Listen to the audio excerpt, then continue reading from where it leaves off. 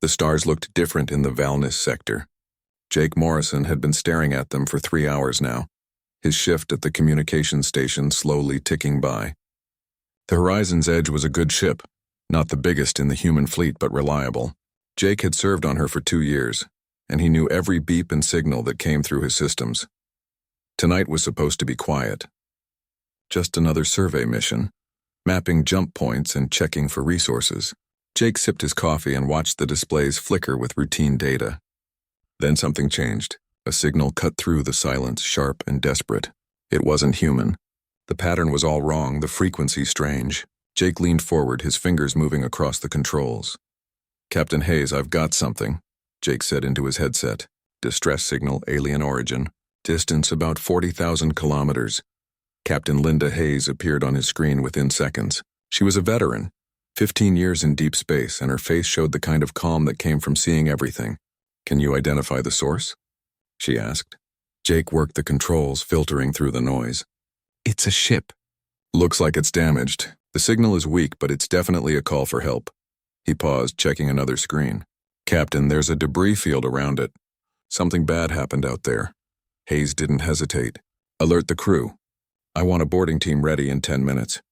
You're going with them, Morrison. We might need your communication skills if we find survivors." Jake felt his heart beat faster. He'd trained for situations like this, but training was different from reality. He'd never actually boarded an alien vessel before. He grabbed his suit and headed for the airlock where the team was gathering. Ryan Cooper was already there, checking weapons and equipment. Ryan was the security chief, a big man with steady hands and a calm voice. He'd kept Jake safe during more than one difficult situation. "You ready for this?" Ryan asked, handing Jake a scanner. "As ready as I'll ever be," Jake replied, pulling on his helmet. 3 other crew members joined them. Amy Patterson, the doctor, came along in case they found injured survivors. 2 security officers, Danny Brooks and Kelly Price, completed the team. The shuttle ride to the damaged ship took 15 minutes. As they got closer, Jake could see the vessel more clearly. It was beautiful in a strange way, all smooth curves and silver metal that seemed to shimmer even in the darkness of space. But it was also clearly hurt. Part of the hull was torn open and debris floated around it like a cloud. "That's a cavalry ship," Amy said quietly. "I recognize the design from the database. They're supposed to be isolationists. They don't usually come this far into uncharted space." "Well, something brought them here," Ryan said, "and something attacked them. Stay sharp, everyone."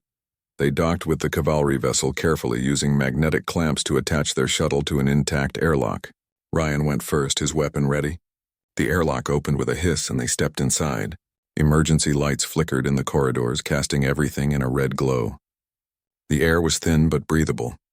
Jake's scanner showed life signs deeper in the ship, but they were faint. They moved carefully through the corridors, past rooms that had been torn apart.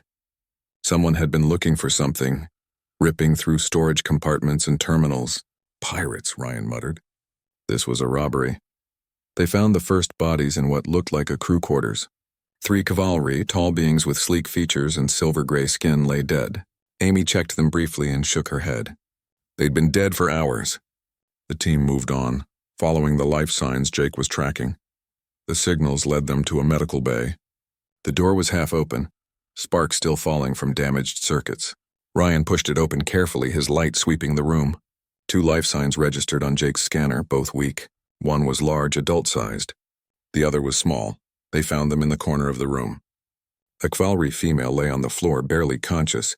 She was wearing what looked like military armor, scorched and dented. Blood, darker than human blood, stained her side. Next to her, pressed against her, was a child. The small cavalry couldn't have been more than 5 years old by Jake's guess. Large eyes stared at them with fear. "Easy," Amy said softly, moving forward slowly. "We're here to help." She didn't know if the cavalry understood, but her tone was gentle. She knelt beside the adult female, checking her injuries.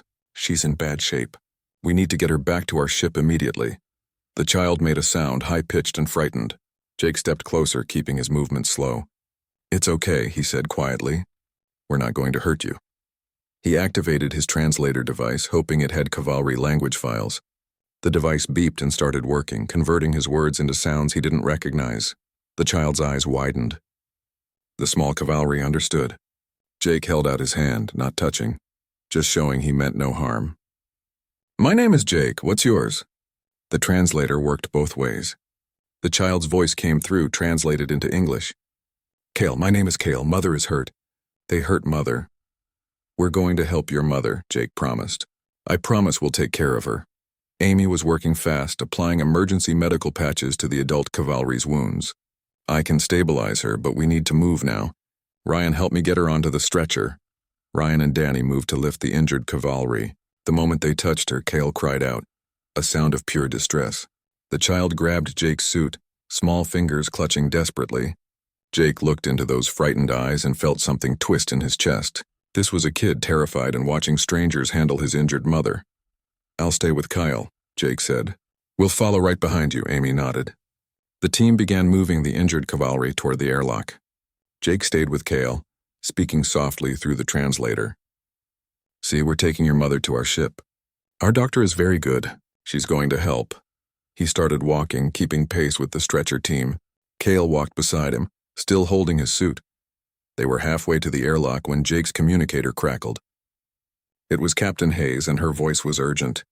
Boarding team, you need to evacuate immediately. Another ship just appeared on our sensors. It's not friendly. Ryan's voice cut through the channel. How long do we have? They're charging weapons. Maybe 3 minutes. Move now. The team broke into a run, the stretcher bouncing between Ryan and Danny. Amy ran ahead to prepare the shuttle. Kelly provided rear security. Jake scooped Kale up in his arms without thinking. The child was lighter than expected. He ran, his boots pounding on the metal floor. They could hear it now, the sound of weapons fire hitting the cavalry ship's hull.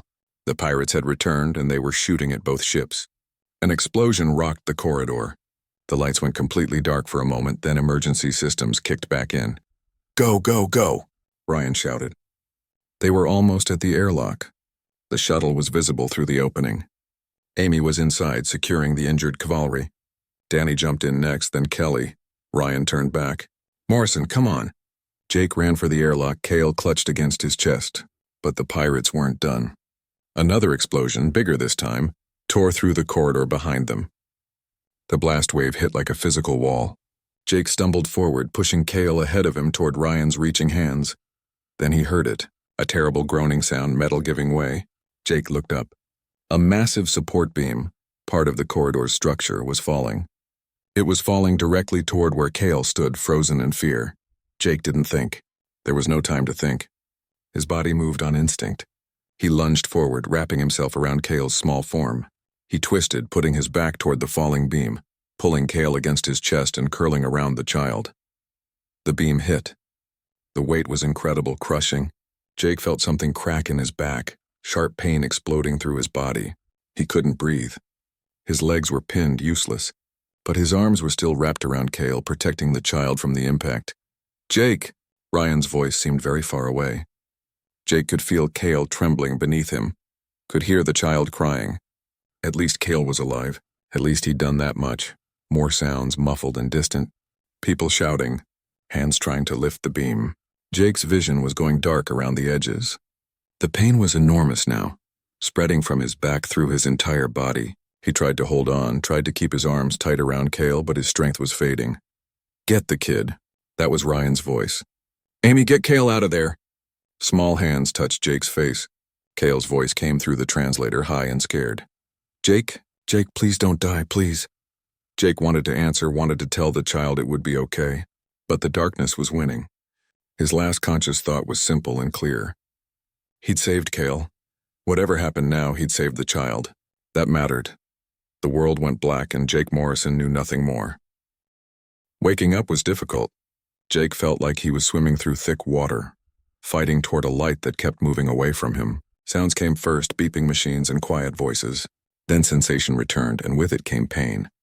Not the crushing agony he remembered from the beam, but a deep ache that spread through his entire back and legs. His eyes opened slowly. White ceiling, medical bay, the familiar smell of antiseptic and recycled air. He tried to move and immediately regretted it. Pain shot down his spine, making him gasp. Don't move. Amy's face appeared above him, her expression serious but relieved. You're lucky to be alive, Jake, very lucky. Jake's throat was dry. When he spoke, his voice came out rough. Kyle, the child? Amy smiled then, genuine warmth in her eyes. Kyle is fine. Not a scratch on him. You made sure of that. She adjusted something on one of the machines beside his bed. You, on the other hand, had a broken spine in 3 places. 4 crushed vertebrae, internal bleeding, and 6 broken ribs. We had to do emergency surgery twice. You've been unconscious for 3 days. 3 days. Jake let that sink in. His body felt heavy, foreign. Can I walk? Eventually, yes. But it's going to take months of recovery and physical therapy. You're going to be in this bed for at least 2 more weeks. Amy checked his vital signs, her fingers gentle on his wrist. Captain Hayes wants to see you when you're up to it.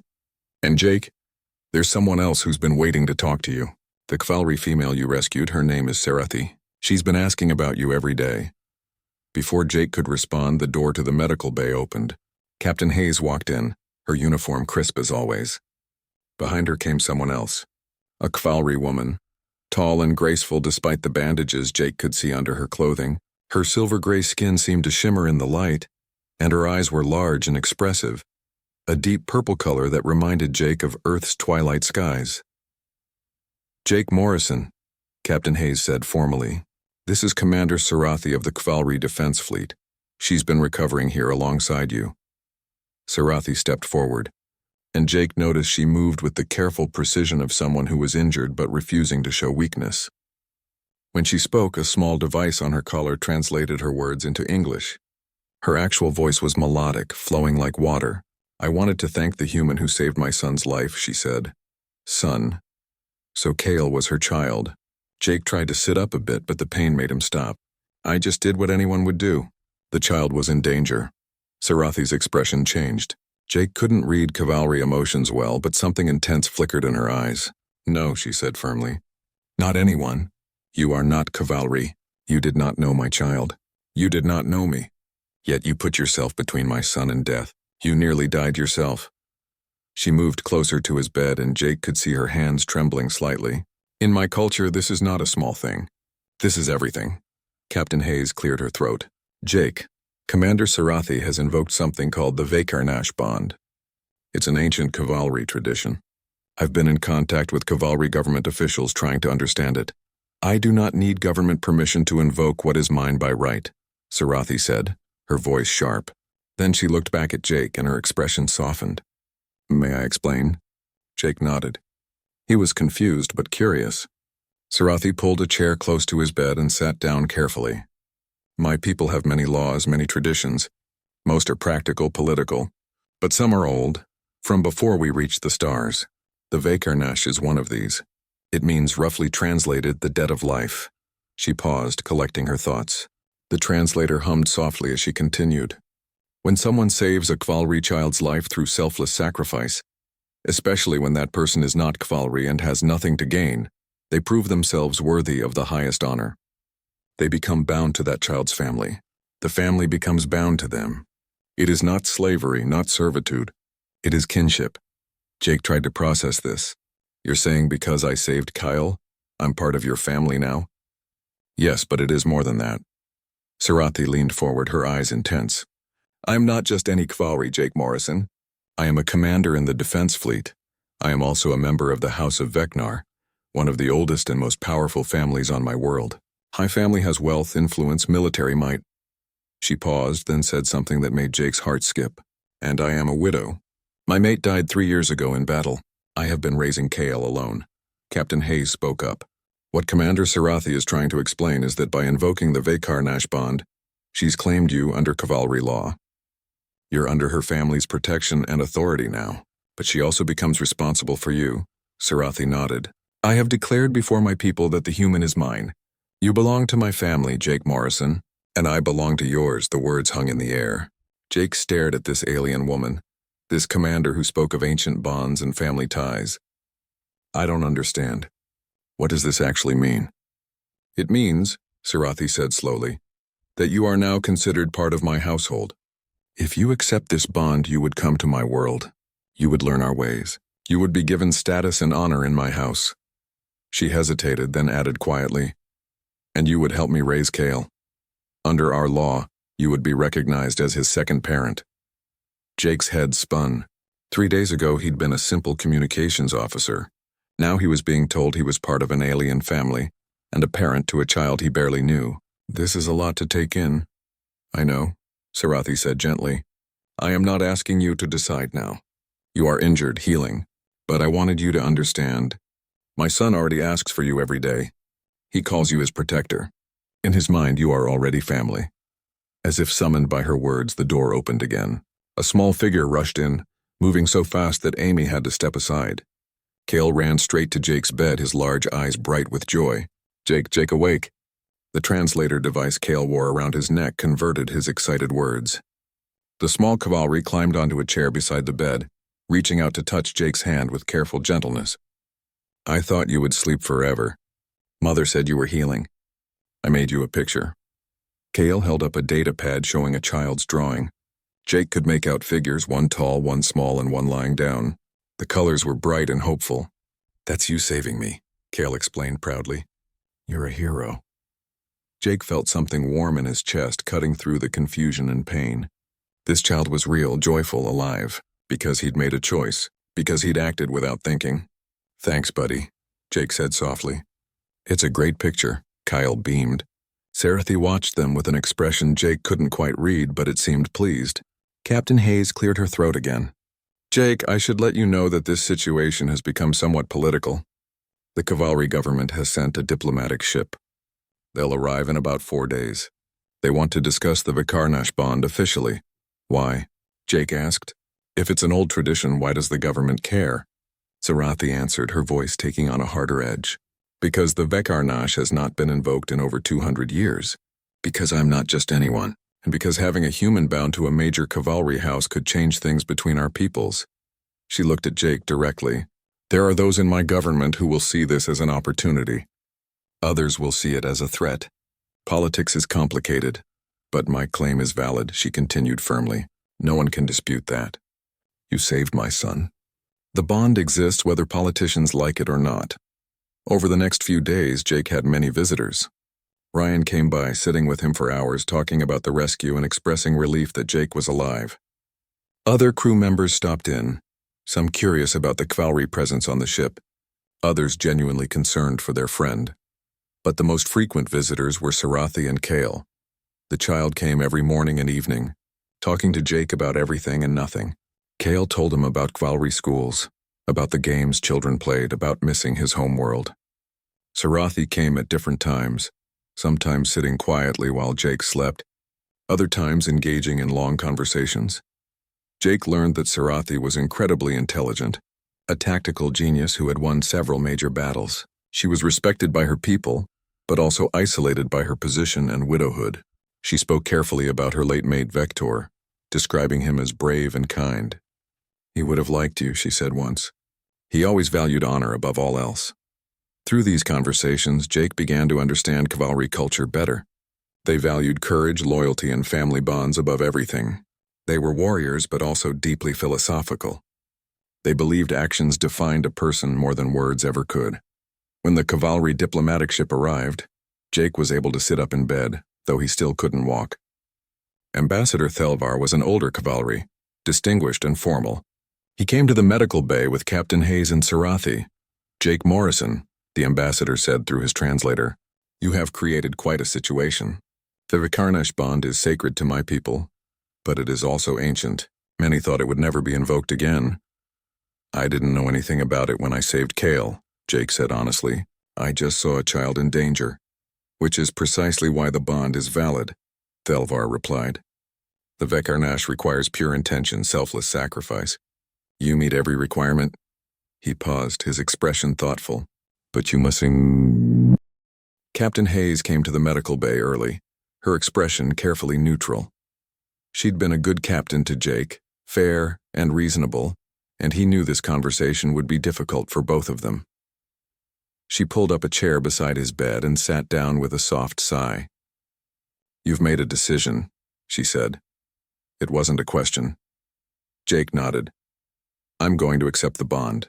I'm going to go with Sarathi to her world. Hayes was quiet for a moment, her fingers drumming on the armrest. I can't say I'm surprised. You've always been the type to follow your heart, Morrison, but I need you to understand what you're giving up. Your position on this ship, your career path in the fleet, the life you've built. Once you step into cavalry society as part of a noble house, coming back won't be simple. I know, Jake said, but Captain, when that beam was falling, I didn't think about my career. I didn't think about anything except saving that child. That has to mean something. Maybe this is where I'm supposed to be.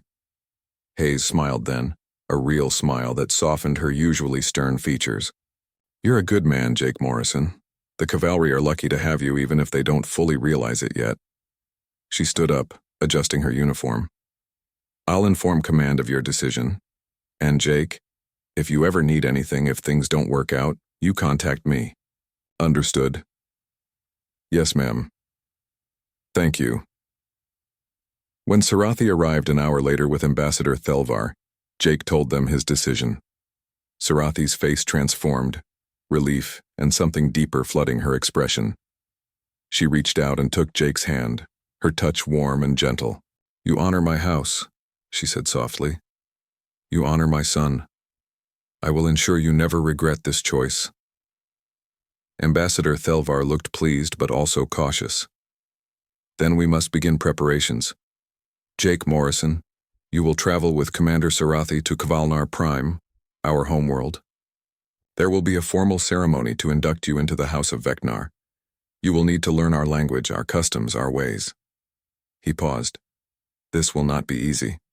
You will face scrutiny from many cavalry, who question whether a human belongs in our society. I'm ready, Jake said, though truthfully he felt nervous. Ready or not, this was happening. The next week was a blur of activity. Jake's recovery progressed enough that he could use a wheelchair, though walking was still difficult. Amy worked with cavalry medical staff to ensure his treatment could continue during the journey. Ryan helped him pack his belongings, which weren't much. A lifetime reduced to 2 bags of clothes and personal items. You're really doing this, Ryan said, shaking his head in disbelief as they sorted through Jake's quarters. Going off to be alien nobility. I'm really doing this, Jake confirmed, holding up a photo of his family back on Earth. His parents, his sister. He'd already sent them messages explaining everything, though he wasn't sure they fully understood. How could they? He barely understood it himself. Ryan gripped Jake's shoulder. You saved a kid's life, man. That's what matters. Everything else you'll figure out. The day came to transfer to Sarathi's ship. The Starborn Wrath was enormous, a warship that dwarfed the horizon's edge. Jake felt small as the shuttle approached it, the massive vessel gleaming in the light of a nearby star. Sarathi sat beside him with Kale on her other side. The child hadn't stopped talking since they'd left, excited to be going home. You will like Kavalnar Prime, Kale said confidently. We have 3 moons, and the cities touch the clouds, and our house has a garden with water that sings. Jake smiled. Water that sings? How does that work? Special fountains, Sarathi explained. They're designed to create harmonies as the water flows. It's beautiful. You'll see. Docking with the Starborn Wrath was smooth, and then Jake was inside a cavalry military vessel for the first time. The corridors were wider than human ships, the lighting softer and more varied in color. Crew members stopped to stare as Sarathi led Jake through the ship, their expressions ranging from curiosity to suspicion. Sarathi's quarters were spacious, almost luxurious compared to what Jake was used to. She showed him to a room that would be his during the journey. This connects to my quarters and to Kale's room, she explained. It seemed appropriate given our bond. The journey to Kavalnar Prime would take 3 weeks. Sarathi had duties to attend to as commander, managing her ship and crew. But she made time every day to work with Jake, teaching him the basics of the cavalry language. It was difficult, the sounds strange to his human throat, but Jake practiced diligently. Kyle became his constant companion when Sarathi was busy. The child taught him games, showed him cavalry entertainment programs, and asked endless questions about Earth and humans. Do all humans protect children like you did? Kale asked once. Most humans try to protect children, Jake answered carefully. We believe kids are precious, that they represent the future. Cavalry believe this too, Kale said seriously. Mother says you are special because you protected me even though I was not your child. She says this shows true honor. Through Kale, Jake learned things about Sarathi that she didn't speak of directly. How she still mourned her mate, how lonely she sometimes felt, how hard she worked to be both a commander and a mother. Mother is the strongest person I know, Kale said with pride.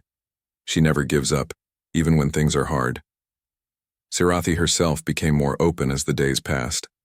They would sit together in her quarters after Kale went to sleep, talking about their different worlds. She told him about Cavalry history, about the wars they'd fought, the alliances they'd made. She explained the complex political structure of her society, the houses and families that held power. My house Vecnar has been influential for 1,000 years, she said one evening. We have produced generals, diplomats, scholars, but we have also made enemies. There are those who resent our power, who would see us fall. Is that why you were attacked? Jake asked. Was it really just pirates? Sarathi's expression darkened. No, the official report will say pirates, but I know the truth. It was an assassination attempt, likely ordered by a rival house. They killed most of my crew, nearly killed Kale and me. She looked at Jake directly. If you had not found us when you did, we would have died. And then my enemies would have won. The weight of that realization settled on Jake. He hadn't just saved 2 lives. He'd prevented a political assassination, shifted the balance of power in ways he was only beginning to understand. Are we going to be safe on your world? He asked. I will make sure of it, Sarathi said firmly. You are under my protection now, Jake Morrison. Anyone who wishes to harm you will have to go through me first. Her hand moved to rest on his, a gesture that felt both formal and intimate. And I do not lose. As they talked more, Jake began to understand just how remarkable Sarathi was. She had commanded fleets in battles against hostile species, had won victories when the odds were against her. She was respected and feared in equal measure.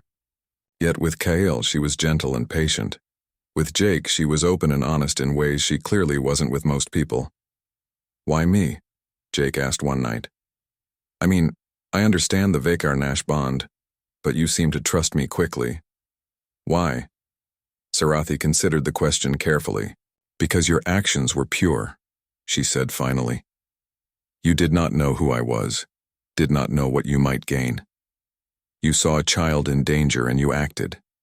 In a universe where so many people calculate every move, where politics and advantage drive most decisions, your instinct was simply to protect the innocent. She paused. That is rare. That is worth trusting. The ship's crew gradually accepted Jake's presence, though some remained distant. He learned that Sarathi's second-in-command, a stern cavalry named Velkana, was particularly skeptical. You have no military training, Velkana said bluntly when they met. You know nothing of our ways.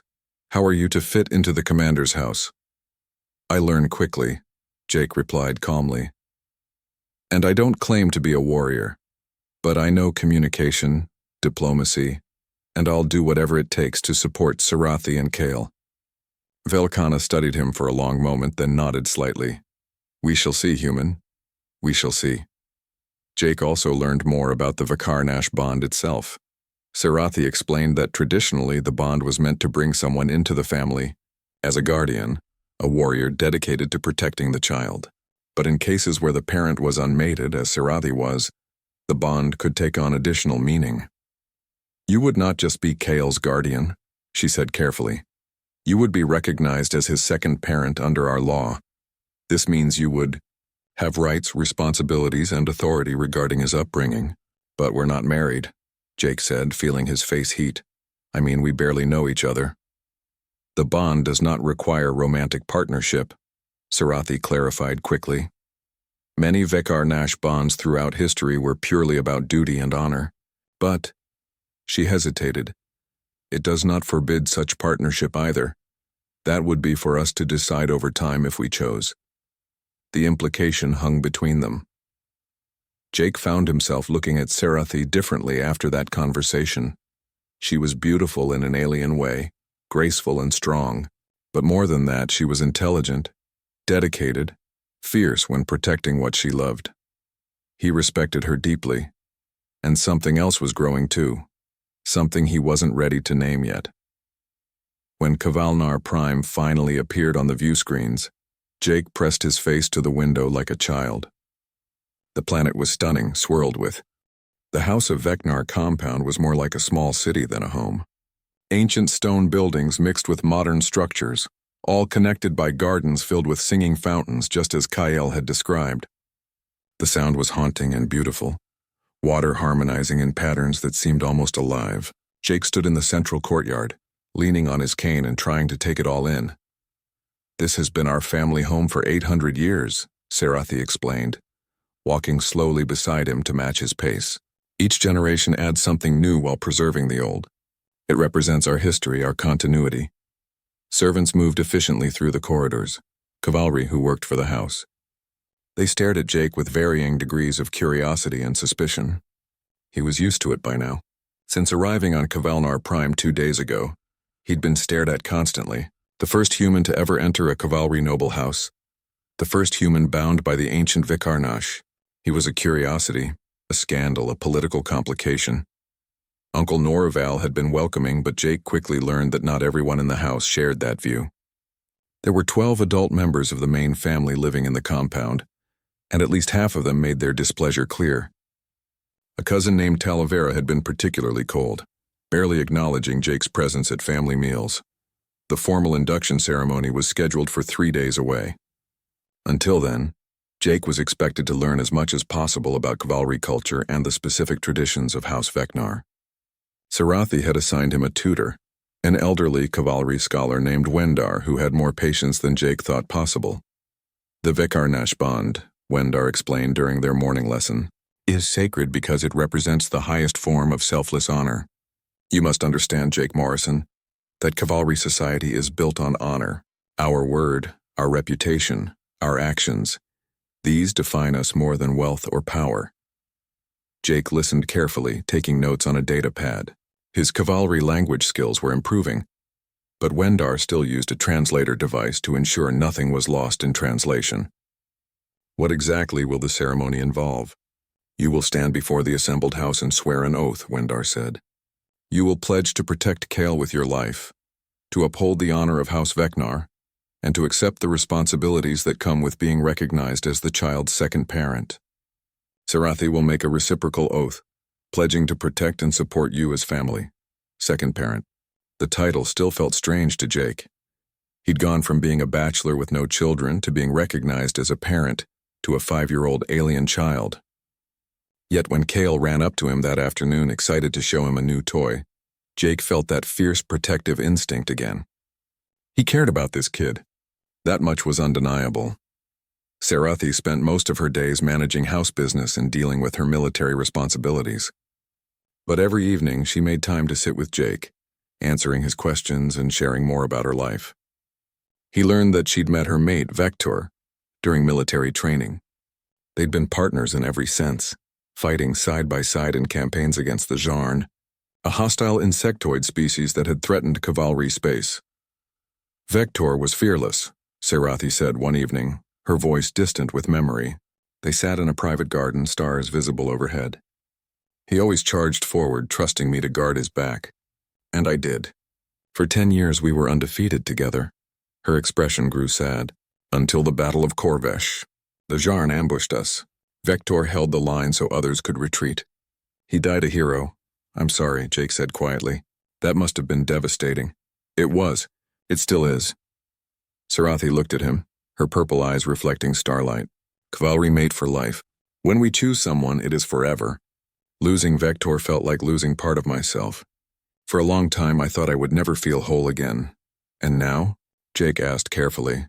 Sarathi was quiet for a moment. "Now I have Kale to live for, and I have you in whatever capacity our bond becomes.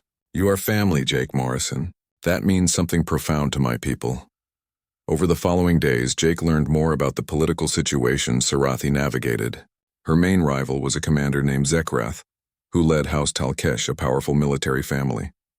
Zekrath had coveted Sarathi's position for years, and was suspected of being behind the assassination attempt that nearly killed her and Kale. He cannot move openly against me now, Sarathi explained during dinner with Uncle Norval. Not with you here. The Vekarnash bond has given our house new attention, new status. Many in our government see your presence as a symbol of possible closer ties with humanity. But Zekrath will try something, Norval added, his aged face serious. He is cunning and ruthless. We must be prepared. Jake felt the weight of responsibility settling on his shoulders. He wasn't just part of a family now. He was part of political machinations he barely understood. What can I do? He asked. I'm not a warrior or a politician. Be yourself, Sarathi said simply. Be the human who threw himself over my son without hesitation. That authenticity is your strength. The night before the induction ceremony, Jake couldn't sleep. He walked through the gardens listening to the singing fountains and trying to calm his nerves. Tomorrow his life would change forever. There would be no going back to his old existence. Jake? Kale's voice startled him. The child stood in his sleeping robes, looking small and worried. Why are you outside? Are you scared about tomorrow? Jake knelt down carefully, his back still healing but much better than weeks ago. Maybe a little scared, he admitted. Big ceremonies make me nervous. Kale moved closer, hugging Jake spontaneously. Don't be scared. I'll be there. Mother will be there. We're family. Family. The word kept coming up, and each time it felt more real. Jake hugged Kale back, feeling the child's trust and affection. You're right, buddy. We're family. The ceremony day dawned bright and clear. Jake wore formal cavalry robes that Sarathi had provided, deep blue with silver accents representing House Vecnar. He looked at himself in the mirror and barely recognized the person staring back. A human in alien clothing about to swear alien oaths. The ceremony took place in the house's great hall, a massive room with high ceilings and walls decorated with the history of House Vecnar. Hundreds of cavalry attended, members of the house and important guests from across Kavalnar Prime. Jake saw Ambassador Thelvar in the crowd, offering an encouraging nod. Jake stood at the center of the hall, Sarathi on one side and Kale on the other. Uncle Norval, as the eldest member of the house, presided over the ceremony. His voice rang out clear and strong despite his age, speaking in formal cavalry. Jake's translator device worked to keep up. We gather to witness the binding of Jake Morrison, human, to the House of Vecnar through the ancient Vekarnash bond. This bond, not invoked in 2 centuries, represents the highest honor our people can bestow. Jake Morrison saved the life of Kale, son of Sarathi, through selfless sacrifice. In doing so, he proved himself worthy of kinship. Norval turned to Jake. Jake Morrison, do you understand what this bond requires? You will be bound to this child, to this house, as family. You will share in our honors and our burdens. You will be recognized as Kale's second parent, with all rights and responsibilities that entails. Do you accept this freely? Jake's mouth was dry. He looked at Kale, who smiled up at him with complete trust. He looked at Sarathi, whose expression was hopeful and vulnerable.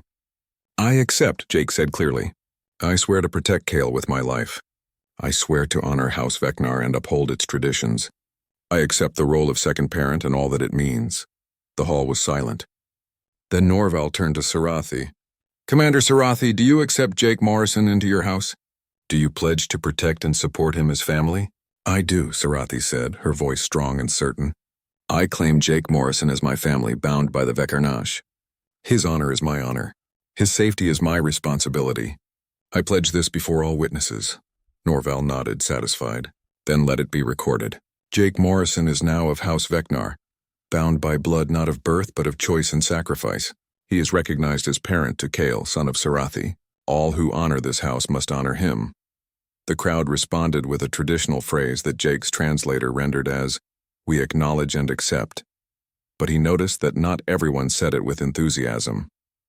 Talvera, the cold cousin, remained silent. Others in the crowd looked skeptical. After the ceremony, there was a reception. Jake found himself surrounded by cavalry wanting to meet the human who had invoked the ancient bond. Some were genuinely curious and friendly. Others asked pointed questions, clearly testing him. A young cavalry noble named Severin asked, Can a human truly understand cavalry honor? Your species is so young, so inexperienced in the ways of civilized society. Jake kept his tone even. My species may be young, but we understand honor. We understand loyalty, sacrifice, protecting those who cannot protect themselves. Those values aren't unique to any one species. Severin looked somewhat taken aback, but others nearby nodded approvingly. Sarathi appeared at Jake's side, her hand resting gently on his arm. Jake Morrison has already proven his understanding of honor through actions, not words. That is the cavalry way, is it not? The message was clear. Sarathi was standing with him, publicly and without reservation. The reception continued for hours. Jake's legs ached. 3 weeks had passed since the induction ceremony. Jake had settled into a routine at House Vecnar, spending his mornings in language and cultural lessons with Wendar, his afternoons with Kyle, and his evenings often with Sarathi. His cavalry language skills had improved dramatically, and he could now hold basic conversations without the translator device. The house was preparing for the Festival of Ancestors, a major celebration that honored the dead and celebrated family continuity. Sarathi explained that it was one of the most important events in cavalry culture, where families gathered to remember those who came before and to reaffirm their bonds with the living. It's also when we are most vulnerable, Uncle Norval said during a private meeting in his study. Jake, Sarathi, and Velkana, her second-in-command, were present. The festival requires us to open our compound to guests, to perform public ceremonies. Security is always a concern. You think Zekrath might try something, Jake said. It wasn't a question. He'd learned enough about cavalry politics to understand that his presence had made Zekrath more dangerous, not less. The rival commander saw Jake as an insult, a human elevated to noble status while Zekrath himself struggled for recognition. Intelligence suggests he is planning something, Velkana confirmed, her tone grim. We have intercepted communications, nothing concrete, but the pattern is clear. He wants to strike during the festival, to humiliate us publicly. Sarathi's expression hardened. Then we must be ready. Double the security. I want guards on every entrance, sensors monitoring all approaches. Over the next few days, the compound buzzed with preparation. Decorations went up, traditional foods were prepared, and family members arrived from across Kavalnar Prime. Jake met more relatives than he could keep track of, each with their own opinion about the human in their house. Kyle was excited about the festival, talking constantly about the ceremonies and the games that would be played. And there will be the lighting of the ancestor flames, he said enthusiastically. Everyone in the family gets to light one for someone who died. I'm going to light one for Papa. Jake's heart ached for the child. Kale had been so young when Vector died. That's a beautiful way to remember him, Jake said gently. Will you light one too? Kyle asked. For someone from your family. Jake thought about it. Maybe for my grandfather. He passed away 5 years ago. He was a good man, kind and strong. Kyle nodded seriously. Then he deserves to be remembered. The night before the festival, Jake couldn't shake a feeling of unease. He'd learned to trust his instincts over the years, and something felt wrong. He found Sarathi in her office, reviewing security reports. She looked tired, the weight of command and responsibility visible in the tension of her shoulders.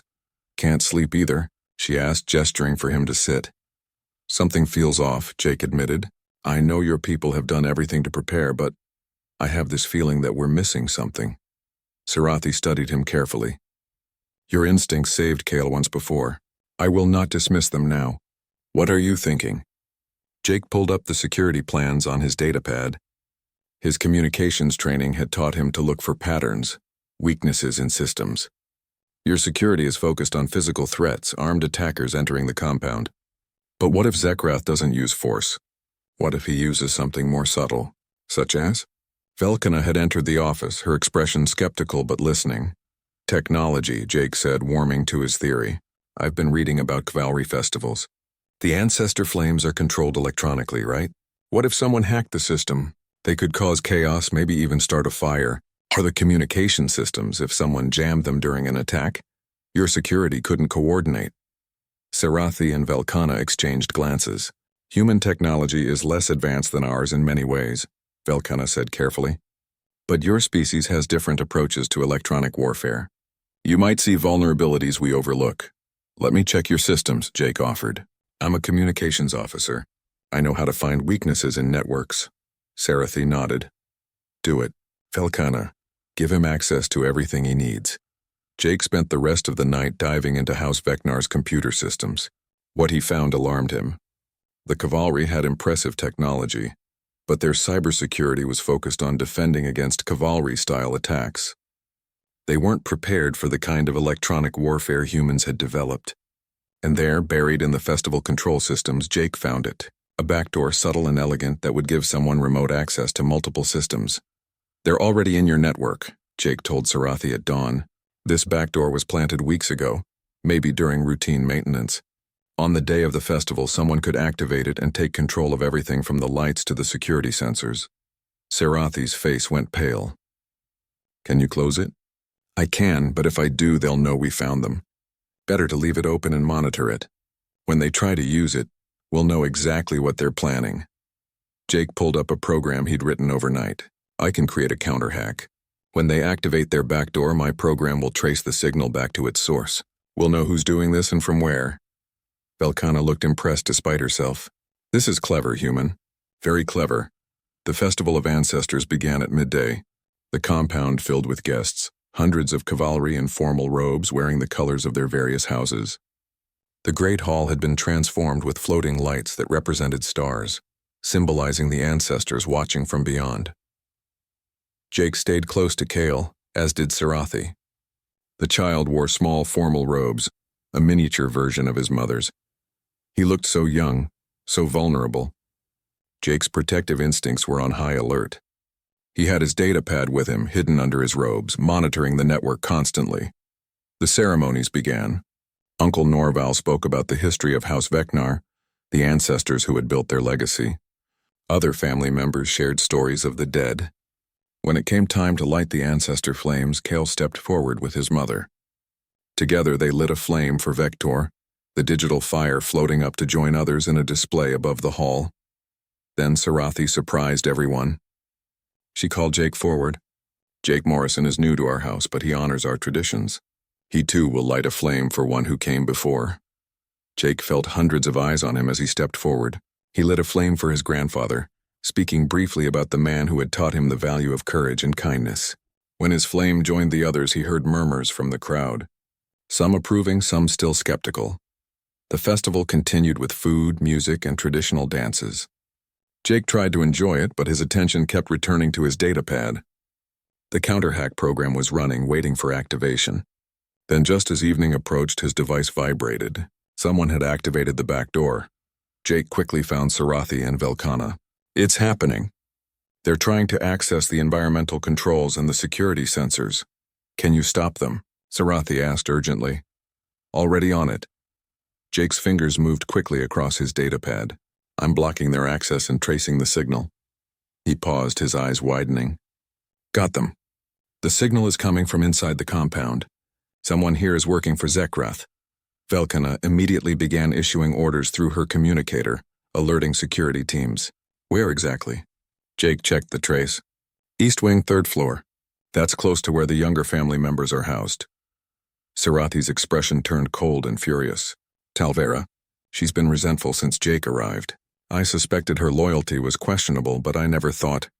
They moved quickly, security teams converging on the East Wing. Jake stayed with Kale, pulling the child close. But then something else happened. His counter-hack program detected another signal, different from the first. This one was activating security systems, locking down sections of the compound. "It's not just Talvera," Jake realized with horror. "There's a second operative. They're sealing off the main hall. We're trapped." Before anyone could react, the lights went out. Emergency systems kicked in, bathing everything in red. Panic spread through the guests. Then figures appeared at the entrances, armed and wearing masks. Not security, but intruders. The attack had been a two-part plan. One person inside to disable defenses, others waiting outside to strike when the moment was right. "Get Kale to safety," Sarathi commanded. She drew a weapon Jake hadn't realized she was carrying and moved to intercept the attackers.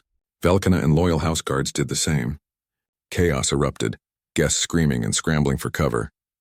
Jake grabbed Kale and ran, heading for the private family quarters. But one of the masked attackers saw them and gave chase. Jake's heart pounded as he ran, his still healing back protesting. He turned a corner into the temple area, a sacred space where ceremonies were held. A dead end. The attacker entered behind them, weapon raised. Jake pushed Kale behind him, standing between the child and danger once again. The attacker spoke in cavalry, his voice muffled by the mask. The child should have died in space. This ends now. You'll have to go through me first, Jake said, his own voice steady despite his fear. The attacker laughed. A human? You are nothing. Not even a warrior. He raised his weapon, but Jake was already moving. He grabbed a ceremonial staff from a display, using it to deflect the attacker's aim. The beset,